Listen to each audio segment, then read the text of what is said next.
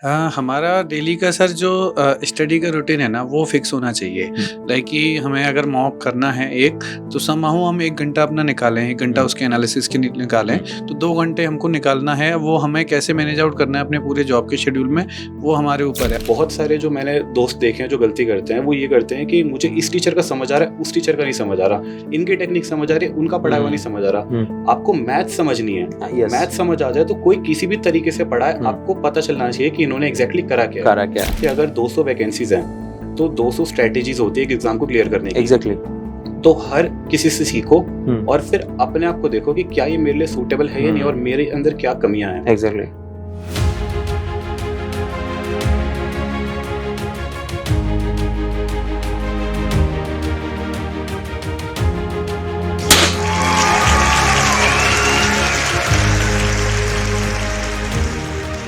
Hello everyone, welcome to text book super coaching. और आज फिर से हम मिलेंगे अपने दो ऑफिसर्स के साथ, दो बैंकर्स के साथ। एक बैंकर ऐसा है कि जो ऑलरेडी वर्किंग है पंजाब एंड सिंध बैंक में। परिचित की हम बात करेंगे, लास्ट टाइम भी इनसे हमारी मुलाकात हुई थी। आज इनसे थोड़ा बैंकिंग के लाइफस्टाइल के बारे में जानकारी ज्यादा लेंगे। और निखिल हमारे साथ जुड़े हैं, जो टेक्स्ट बुक के एम्प्लॉय से अभी बैंकर बने, तो जॉब के साथ साथ पढ़ाई मैनेज की है और अभी बैंक में ऑफिसर है। तो उनसे भी हम बातचीत करेंगे, स्पेशली उनके स्टडी पैटर्न को लेके और वर्किंग के साथ किस तरीके से एग्जाम क्लियर करनी है, ये मेजर हमारा फोकस होगा। तो यस दोस्तों, लाइक बैंकर्स सॉरी ऑफिसर्स के साथ जो हमारी मुलाकात होती है, जो हम डिस्कशन करते हैं, उसी डिस्कशन को स्टार्ट करते हैं। सबसे पहले आप दोनों को बहुत बहुत congratulations thank you so much sir. And thank you for this, like कि आप हमारे टेक्स्ट बुक फैमिली के साथ वापस आ रहे हो। आप तो फैमिली के मेंबर हो, तो फिर भी आपको भी बहुत बहुत वेलकम। तो सबसे पहले परिचित आपसे स्टार्ट करते हैं, कौन से बैंक में है और कब से वर्किंग है? Sir Punjab and Sind bank में मैं जुलाई 2024 से वर्किंग हूँ। अब मुझे हो गए हैं लगभग 8-10 महीने। और इससे पहले मैं आईडीबीआई बैंक में भी था, तो वहाँ की जर्नी अगर बताऊँ तो सितंबर 2023 से शुरू हुई थी। ओके। तो आप ही से मैं थोड़ा सा और पूछना चाहूंगा कि आप दो बैंक्स में काम कर चुके हैं and still you are pursuing for the other bigger opportunity. तो बैंक में काम करने का कैसा एक्सपीरियंस है, क्या है? अगर आप बताएं थोड़ा सा, क्योंकि जो फ्यूचर में बैंक में जाना चाहते हैं, they really want to know कि क्या होता है, लाइफस्टाइल कैसा होता है। तो एक बार प्लीज बताइएगा। सर, जब स्टार्टिंग करते हैं, जब हम छोटे बच्चे होते हैं, अगर मैं वहाँ से थोड़ा सा शुरू करूँ तो हमें तो बस ये होता है कि हम पढ़ाई कर रहे हैं, आगे कुछ कामयाब बने, कहीं पर भी जॉब करें। जैसे जैसे बड़े होते हैं तब हम डाइवर्सिफाई करते हैं कि नहीं, हमें प्राइवेट सेक्टर में नहीं जाना, हमें गवर्नमेंट सेक्टर में जाना है। और उसके बाद जब हम गवर्नमेंट सेक्टर को चूज़ कर लेते हैं, फिर हम बहुत सारी बातें सुनते हैं कि नहीं, आपको सेंट्रल मिनिस्ट्री में जाना चाहिए, सीजीएल करना चाहिए, या फिर आपको बैंकिंग में जाना चाहिए। और फिर किसी भी सेक्टर को आप चूज़ करते हो, उसके बारे में आपको पॉजिटिव से ज़्यादा नेगेटिव चीज़ें सुनने को मिलती है। But based on my experience I would say कि it depends from person to person, it depends from location to location. क्या चीज़ मैटर करती है कि आप एक बार जॉइन करो, जाके देखो। अगर आपको इतने ज़्यादा नेगेटिव थॉट्स आ रहे हैं कि नई चीज़ अच्छी है, तो आप जॉइन करके छोड़ दो ना।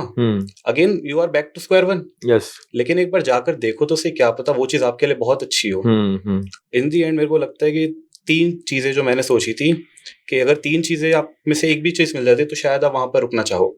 या तो आपको पैसे बहुत ही अच्छे मिल रहे हो, तो आप सोचते हो कि चल कोई बात नहीं, जैसी भी है पैसे बहुत अच्छे मिल रहे हैं, उससे मैं अपनी लाइफ सुधार सकता हूँ। Money can buy a little bit of happiness. दूसरी चीज़, आपको सीखने को बहुत मिल रहा है, तो आप आगे जाकर यहाँ से सीख कर कहीं और जा सकते हो। आपकी ग्रोथ, आपका करियर बहुत अच्छा ग्रो करेगा। Yes, yes. या तीसरी चीज़, आपका एनवायरनमेंट बहुत अच्छा होना चाहिए। हाँ। कि आप जिन लोगों के आसपास हो, वो कैसे लोग हैं, वो आपको बहुत ज्यादा डिमोटिवेट तो नहीं कर रहे, because circle matters a lot. A lot. अगर इन तीनों में से कोई एक भी चीज अगर आपको मिल रही है, then you can consider living there, otherwise you may leave that place. Yes, exactly, well said. बिल्कुल सही बात है। ये तो बहुत मैटर करता है। तो मेरे ख्याल से वही है कि कुछ लोग कहते हैं कि बैंकिंग का जॉब बड़ा हेक्टिक है, बड़ा ये है, बड़ा वो है, but finally at the end it's stability which matters and future growth बहुत मैटर करती है। तो मैं एक बार निखिल से पूछना चाहूंगा, निखिल आपको ऑलरेडी मेरे ख्याल से प्राइवेट सेक्टर का एक्सपीरियंस यस है। Sir. Now you are going to be the government banker. So what do you think, like कि कैसा है प्राइवेट का experience and now is going to be banker?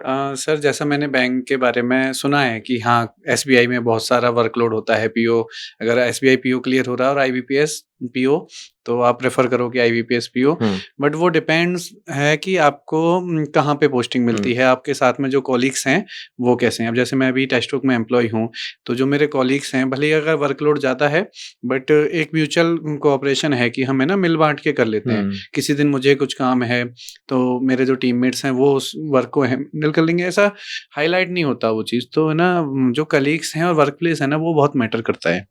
Gujarat में SBI बैंक में काम मिलना बहुत अच्छी बात है। वहाँ पे BOB का वर्कलोड ज़्यादा है, क्योंकि वहाँ का मेन जो है बैंक वो BOB है।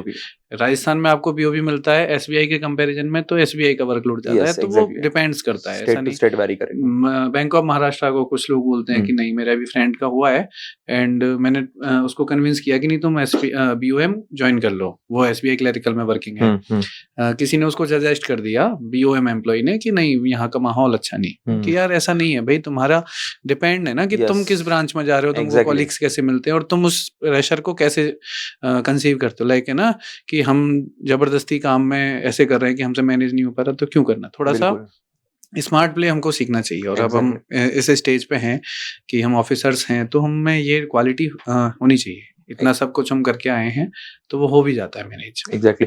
निखिल, एक और बात, काफी लोग ऐसे हैं कि जो जॉब के साथ प्रिपरेशन करना चाहते हैं और कुछ लोगों का नहीं हो पाता। जैसे अभी हमारी थोड़ी देर पहले स्टूडेंट से बात हुई थी, she is already in Accenture and at the same time she cleared the PO। तो वही चीज मैं आपको भी पूछना चाहूंगा कि जॉब के साथ एग्जाम क्लियर करना फिजिबल तो है, आपने कर दिखाया, बट कैसे मैनेज किया आपने? हमारा डेली का सर जो स्टडी का रूटीन है ना, वो फिक्स होना चाहिए।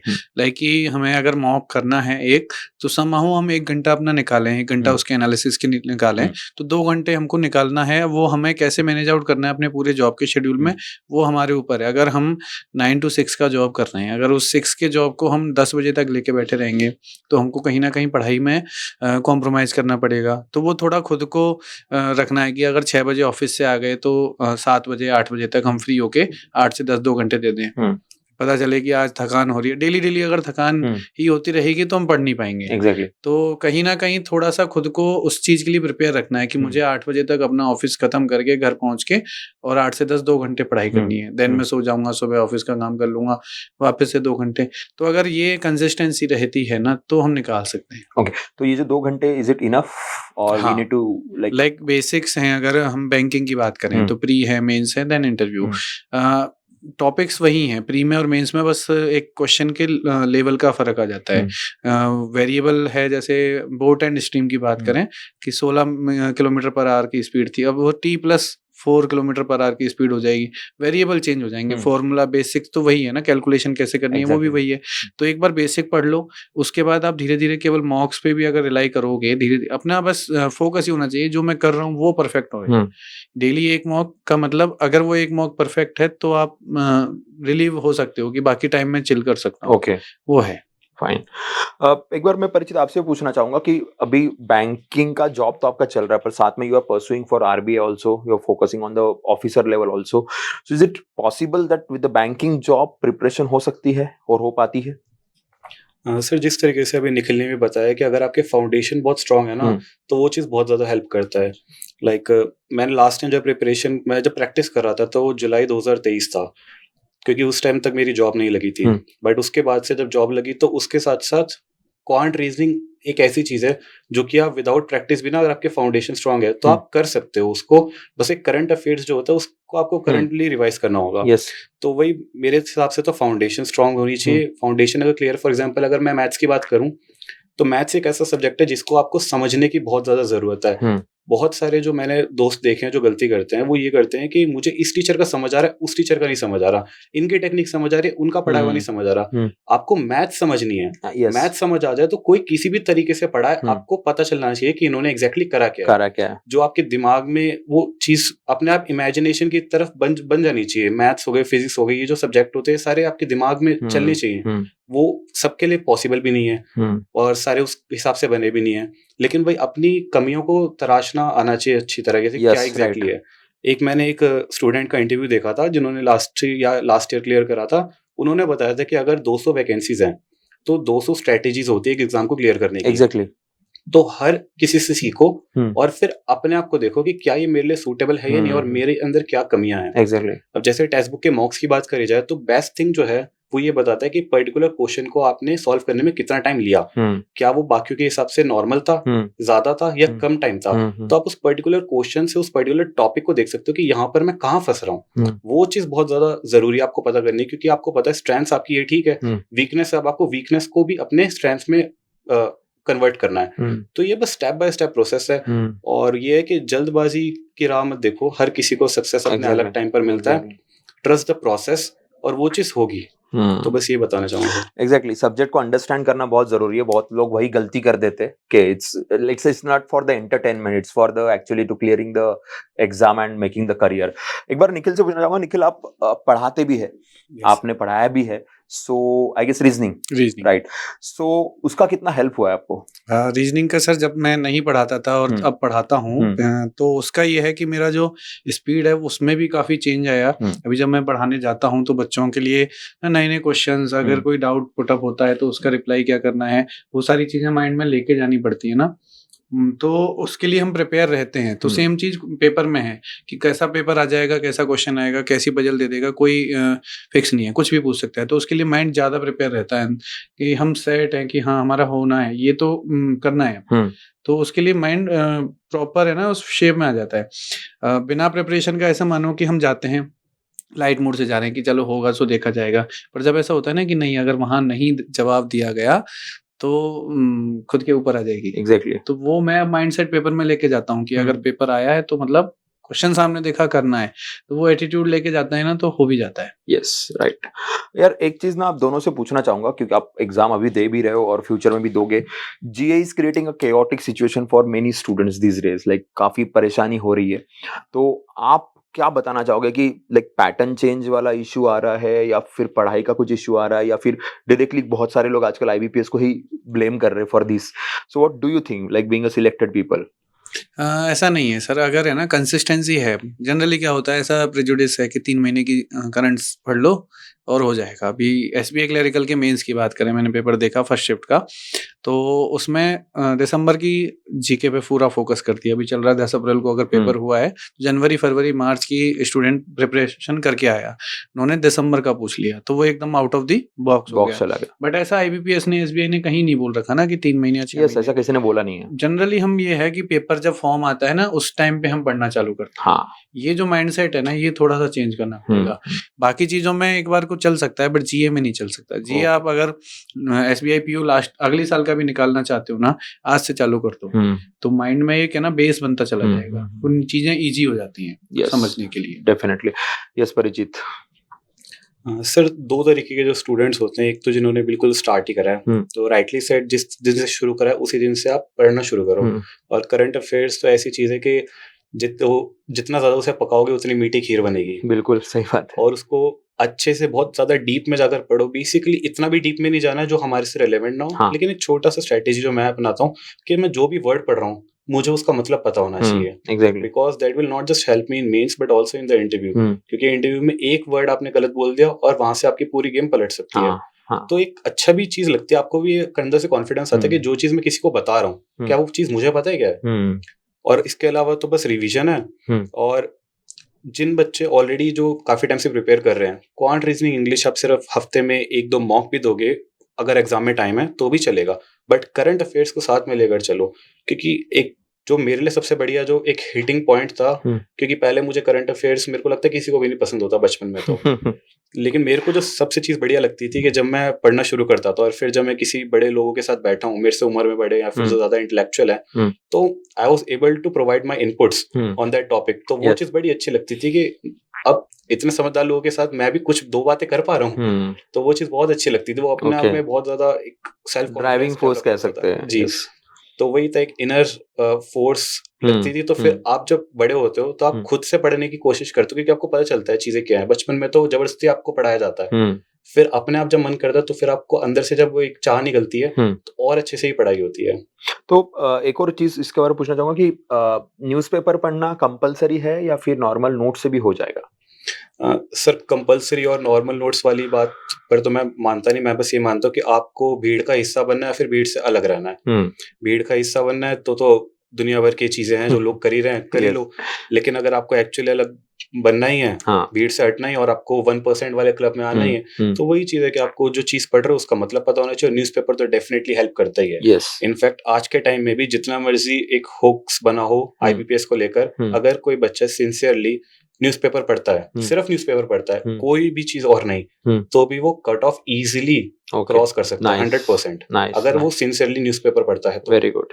ओके, यस, आप क्या कहना चाहेंगे? सर बिल्कुल सही है कि अगर न्यूज़पेपर में हम डेली फोकस करें ना, मेरा एक फ्रेंड था अभी कैनरा में वर्किंग है, तो उसने ये चीज़ मेरे को पहले भी बोली है कि है ना, मैं केवल न्यूज़पेपर पढ़ता हूँ, मैं कभी कोई क्लास नहीं लिया या कभी कुछ अलग से नहीं पढ़ा, केवल न्यूज़पेपर पढ़ता हूँ। अगर मेरे से आईबीपीएस पीयू का मेंस दिलाया जाए तो 40 में से मैं 20 क्वेश्चन इजीली अटेम्प्ट कर पाऊंगा, क्योंकि उसमें ना मेरी कंसिस्टेंसी है, मैं साल भर का पढ़ रखा हूँ, बिल्कुल कुछ ना कुछ रिलेवेंट न्यूज। आज अगर कोई एमओयू हुआ है ना, तो उसका एक पॉइंट भी लिख के आ जाता है ना, हमको रिकॉल हो जाता है, बिल्कुल एक सेकंड में रिकॉल हो जाएगा कि दोबारा नहीं पढ़ना। कभी आप क्लास लोगे, लास्ट के 3 महीने में क्लास लेने का ये रीजन है ना, कि पुरानी चीजें नहीं मालूम, आप बता दोगे बट चीजें मिक्स हो जाती है। रिकॉल जो कंसिस्टेंसी है ना न्यूज़पेपर वाली, वो सबसे बेस्ट हेल्पफुल होती है उसके लिए। हमारा एक स्टूडेंट भी है अर्जुन, जो इसी साल क्लियर हुआ, उसने भी एक बात बड़ी अच्छी कही थी कि he is just following the Twitter, and Twitter पे सिर्फ न्यूज़ पोर्टल्स को फॉलो करता है, बस उन्हीं को, and depending on that only he clear the exam. He said कि I never touch any kind of notes के, for some times he used to come for the lectures के, क्योंकि मेरा ही स्टूडेंट था तो उतना मुझे पता था, but he followed that Twitter very judiciously and that help him a lot to clear the exam, even the interviews काफी मदद मिली। तो ये फैक्टर है, जैसे आप न्यूज़पेपर का कह रहे थे, पीआईबी का है सर, पीआईबी का हैंडल अगर फॉलो करें तो इजीली बहुत सारा क्वेश्चन बहुत सारा बन जाता है आराम से। और इस बार एसबीआई क्लर्क में वही हुआ कि they asked the question directly from the PIB, and वहीं पे सबकी हालत थोड़ी खराब हो गई, तो ये बहुत इंपॉर्टेंट है। And now I will go to the last phase of this whole preparation, that is interview, which played a vital role.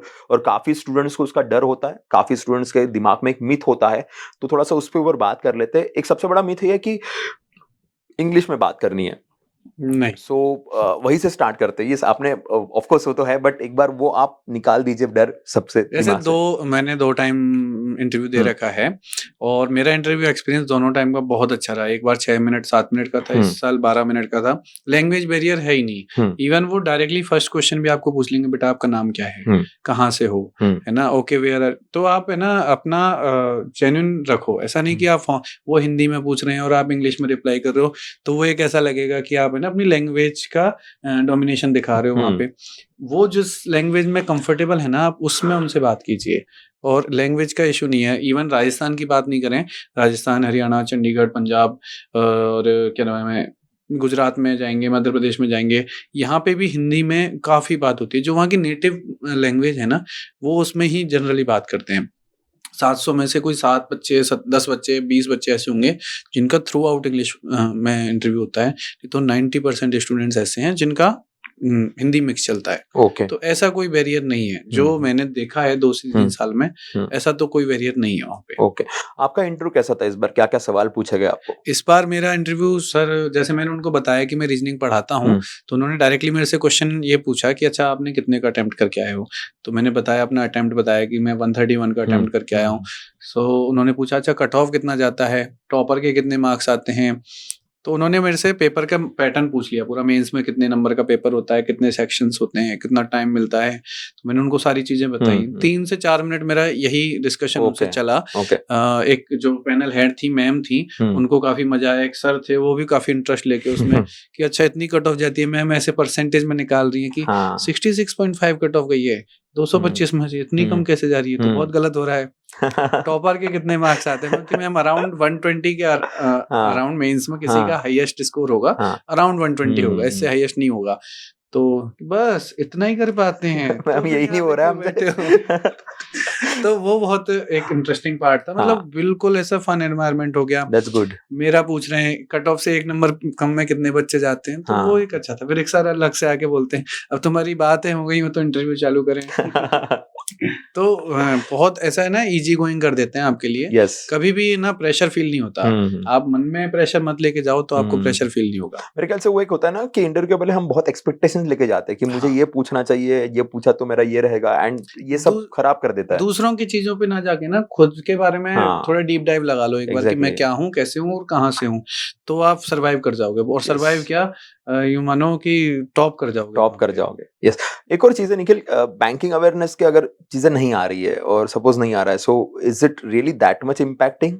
नहीं, अगर आपको नहीं आता है, उन्होंने अगर कुछ पूछ लिया, मेरे से लास्ट टाइम पूछा था कि बजट में डिफेंस का आउटले कितना है, तो मेरे को नहीं पता था फिगर में, तो मैंने बोला सर नहीं आता, दैट इज़ ओके। आप एक बार हम्बली उनको बोलोगे ना, तो वो खुद ही उस टॉपिक को छोड़ के दूसरे पे स्विच कर जाएँगे। ब्लफ करते हैं या फिर है ना ज़बरदस्ती का कोई नए-नए वर्ड्स हम ढूँढ के लाते हैं कि हम बात करें नॉर्मल कन्वर्सेशन की, आप बैंकिंग के टर्म्स में बात करेंगे, तो उनको मज़ा आएगा कि नहीं हम बैंकिंग ही पूछ लेते हैं इनसे। Yes, yes. फिर और आप डीप में चले गए तो उनसे और डीप में। तो जाएँगे। खुद आप है ना लाइन मत दिखाओ उनको, हाँ, एग्ज़ैक्टली। बचा के रखो, अपने वर्ड्स पे हाँ, बहुत फोकस होना चाहिए। एग्ज़ैक्टली। बाकी ऐसा नहीं है कि है ना हिंदी, इंग्लिश का या फिर बहुत सोच समझ के, नहीं, आप फ्री माइंड से जाओगे, बहुत अच्छा करके आओगे। Okay, nice. यस, परिचित आपसे बात करेंगे, इंटरव्यू का आपका भी एक्सपीरियंस है। थोड़ा-सा शायद अच्छा नहीं रहा है, but still I want to ask you, being a banker क्या सवाल आते हैं और उसे क्या एग्ज़ैक्टली कैसा रहा आपका एक्सपीरियंस उसके बारे में? सर स्टार्टिंग में ही अगर मैं नॉर्मल एक इंटरव्यू की बात करता हूँ, तो लोगों की काफ़ी सारे एक्सपेक्टेशन है, जैसे अभी निखिल ने भी बताया कि बहुत ही पोलाइटली बात करते हैं, बहुत ही आपको कंफर्टेबल करते हैं, लेकिन उनकी जो आवाज़ होती है स्टार्टिंग में एकदम ऐसे होती है कि वेलकम, हाँ, तो यस। बहुत ही बुलंद होती है, हाँ। तो बच्चा शायद वहीं पर ही सहम भी जाता है। आईबीपीएस पीओ के इंटरव्यू से पहले मैंने भी काफ़ी सारे इंटरव्यूज़ जो लिए थे हमारे जो इंटरव्यू देने जाने वाले थे, तो वहाँ पर भी मैंने ये चीज़ देखी, जो ऑब्ज़र्व करी कि कुछ अगर मैं उनसे कोई क्वेश्चन पूछ रहा हूँ, उनको क्वेश्चन का आंसर पता है, तो एकदम से ही तोते की तरह बोलने लगते हैं कि okay okay this is what, this is what, this is what, English में। तो ऐसा लगता है कि ये तो आप रट कर आए हो। वो वाली चीज नहीं होनी चाहिए, बिल्कुल एकदम गो विद द फ्लो वाला होना चाहिए कि आपका ऑथेंटिक नेचर वहां पे दिखे। इंटरव्यू का मतलब क्या है, आपके इंटर के अंदर व्यू देखना चाहते हैं कि अभी क्या हो आप अंदर से। एग्जैक्टली। वही चीज अगर आप पेश करोगे, जो चीज वो बोल रहे हैं बिल्कुल क्लैरिटी ऑफ वर्ड्स के साथ, जिस तरीके से निखिल ने बोला, बिल्कुल क्लैरिटी ऑफ वर्ड्स होनी चाहिए कि एक एक शब्द जो आपके मुंह से निकल रहा है वो वही है जो सुनना चाहते हैं। बेशक आप 2 सेकंड पॉज लो, 5 सेकंड पॉज लो, और ये चीज डेफिनेटली जो पूछ रहे हैं एग्जैक्टली वही उनको बताओ। और इसके अलावा बैंक एज अ बैंकर अगर एक्सपीरियंस बताऊं तो सर ये चीज जैसे अभी इन्होंने बताया कि अगर बजट का कोई क्वेश्चन है, अगर आपको नहीं आता तो आप मना कर दो।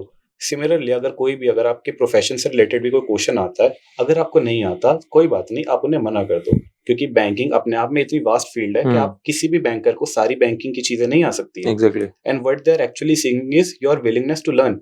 वो तो सिखाने ही बैठे ना आपको। आप बेशक एक बैंकर हो या फिर एक फ्रेशर हो, जब आप ज्वाइन कर रहे हो, ट्रेनिंग तो आपको साथ ही मिल रही है, बिल्कुल स्टार्टिंग से एंड तक। तो आप कितना सीखने के लिए इच्छुक हो, वो चीज वहां पर दिखनी चाहिए, and that is all that matters. Yes, exactly, that's really good. और ये बहुत इंपॉर्टेंट है कि क्या है इनसाइट्स, अगर इनसाइट्स ही नहीं, रियलिटी नहीं पता चली तो बहुत दिक्कत देती है। और आजकल ऐसा हो गया सोशल मीडिया में शायद रियलिटी कम दिखती है और बाकी सारी चीजें बहुत ज्यादा दिखती है। एक चीज और ऐड कर सकते हैं कि इंटरव्यू में अगर आप किसी भी बात का जवाब दे रहे हो ना, तो यूं मानो कि कस्टमर बैठा है।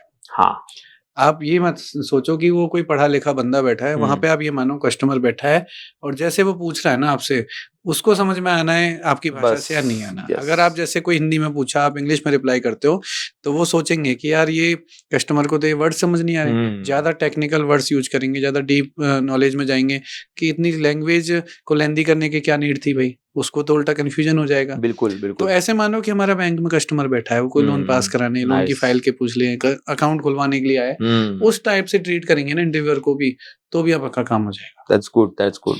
ये बड़ा इंपॉर्टेंट फैक्टर है। चलो अभी थोड़ा सा हमारे पास टाइम कंस्ट्रेंट है, तो मैं लास्ट पॉइंट पे आऊंगा। आप दोनों भी अभी बैंकर, ऑलरेडी एक वर्किंग है, is going to join the bank, तो आप एग्जाम क्लियर करने के लिए हमारे आने वाले स्टूडेंट्स को क्या बताना चाहोगे कि यार क्या होना चाहिए दिमाग में, क्या एक फोकस होना चाहिए और जिसके भरोसे एग्जाम क्लियर होने के लिए हेल्प मिल सकती है? यस सर, स्टार्टिंग हमेशा इसी से करनी चाहिए कि आपको इंटरव्यू भी निकालना है। हाँ, ये नहीं होना चाहिए कि प्री निकल जाए, फिर मेंस निकल जाए, फिर इंटरव्यू निकल जाए, क्योंकि वहां पर भी आपकी वही नॉलेज टेस्ट होती है। जैसे कि अभी हम जानते ही हैं कि इंटरव्यू के अंदर भी अगर कोई आपसे कोई क्वेश्चन पूछता है, अगर आपको नहीं आता आप मना कर दीजिए, but that does not mean ना कि आप तैयारी ना कर जाओ। तैयारी तो कर जानी है, अच्छे से अपना बेस्ट तो देना ही है। क्योंकि अगर वो कोई क्वेश्चन पूछ रहा है, अगर आपको उसका आंसर आता है, थोड़ा सा वो डीप डाइव कर रहा है, बट आपको वो भी आता है, तो वो चीज डेफिनेटली आपको ब्राउनी पॉइंट्स ही देंगे। तो इसका मतलब ये नहीं कि नहीं आता तो जाओ ही मत, करो ही मत, सीधा मना कर दो। ऐसे तो कितने क्वेश्चंस को आप मना करोगे। बिल्कुल, बात तो सही है। तो हमेशा लास्ट तक सोचना है कि हाँ भाई इंटरव्यू भी क्लियर करना है, तो उसके हिसाब से क्वांट रीजनिंग इंग्लिश का तो आप मीन्स का लेवल ही सोच कर चलो, लेकिन वहां पर आपके स्पीकिंग स्किल बहुत ज्यादा मैटर करती है, क्योंकि एक तो जो बच्चे होते हैं वो घर में आइसोलेशन में पढ़ रहे होते हैं, कई दोस्त वगैरह रिश्तेदारी सब भूल भाल के पढ़ रहे होते हैं, तो कई बार स्पीकिंग स्किल उनकी बहुत ज्यादा डिटीरियरेट हो जाती है।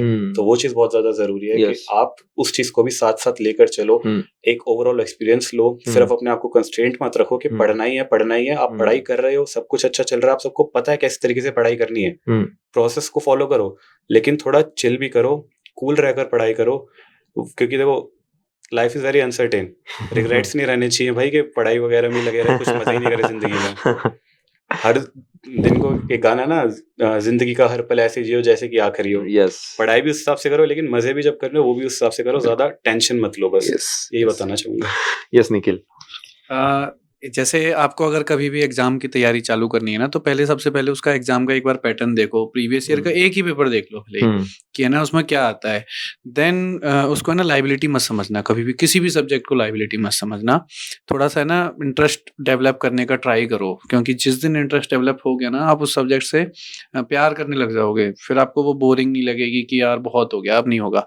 मेरे को रीजनिंग बहुत पसंद है, तो इतनी पसंद है कि मेरे को आप कंटिन्यू 10 घंटे आप कितने भी क्वेश्चन दे दो ना, मैं करता रहूंगा, मैं नहीं, मेरा मतलब एग्जॉस्ट नहीं होगा, मेरे को प्यार है उस चीज से।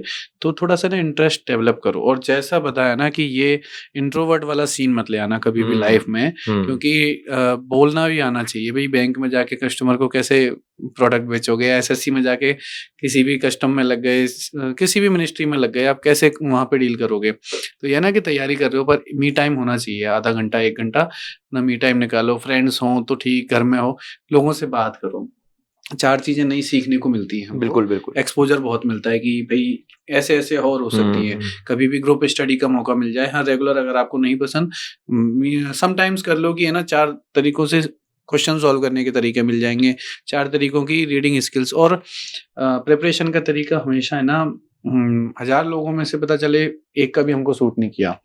केवल हमारा 1001 जो पैटर्न था वो अलग ही था। तो खुद का सोचो कि हम हमारी सिचुएशंस में कैसे इस चीज को फिट कर सकते हैं। ऐसा नहीं कि कॉपी पेस्ट से आप सिलेक्शन नहीं ले सकते। हाँ ठीक है, एक एक्सटेंड तक चले जाओगे, बट वो इनर सेटिस्फेक्शन नहीं मिलेगा वो सिलेक्शन के बाद भी। तो खुद का बनाओ और बस चिल करके करो, ऐसे ना लाइबिलिटी नहीं बनानी है, उस सब्जेक्ट में इंटरेस्ट होना चाहिए, आराम से होगा। Yes that's really very true and thank you very much आप दोनों को भी, आपने अपना टाइम दिया एंड काफी अच्छे इनसाइट्स दिए। It was very short but I guess up to the mark था, और जैसे इन दोनों की पढ़ाई भी वैसी है, अप टू द मार्क, और वही फैक्टर यहाँ पे देखने को मिला। तो once again thank you very much from the whole text book team. Thank you sir. Yes and दोस्तों, ये थे हमारे 2 टॉपर्स, 2 बैंकर्स। और भी लोगों से हमारी मुलाकात होगी, बातचीत होगी, जहाँ पे उनके इनसाइट्स और उनका स्टडी पैटर्न हम डिस्कस करेंगे। तब तक के लिए बाय बाय, टेक केयर।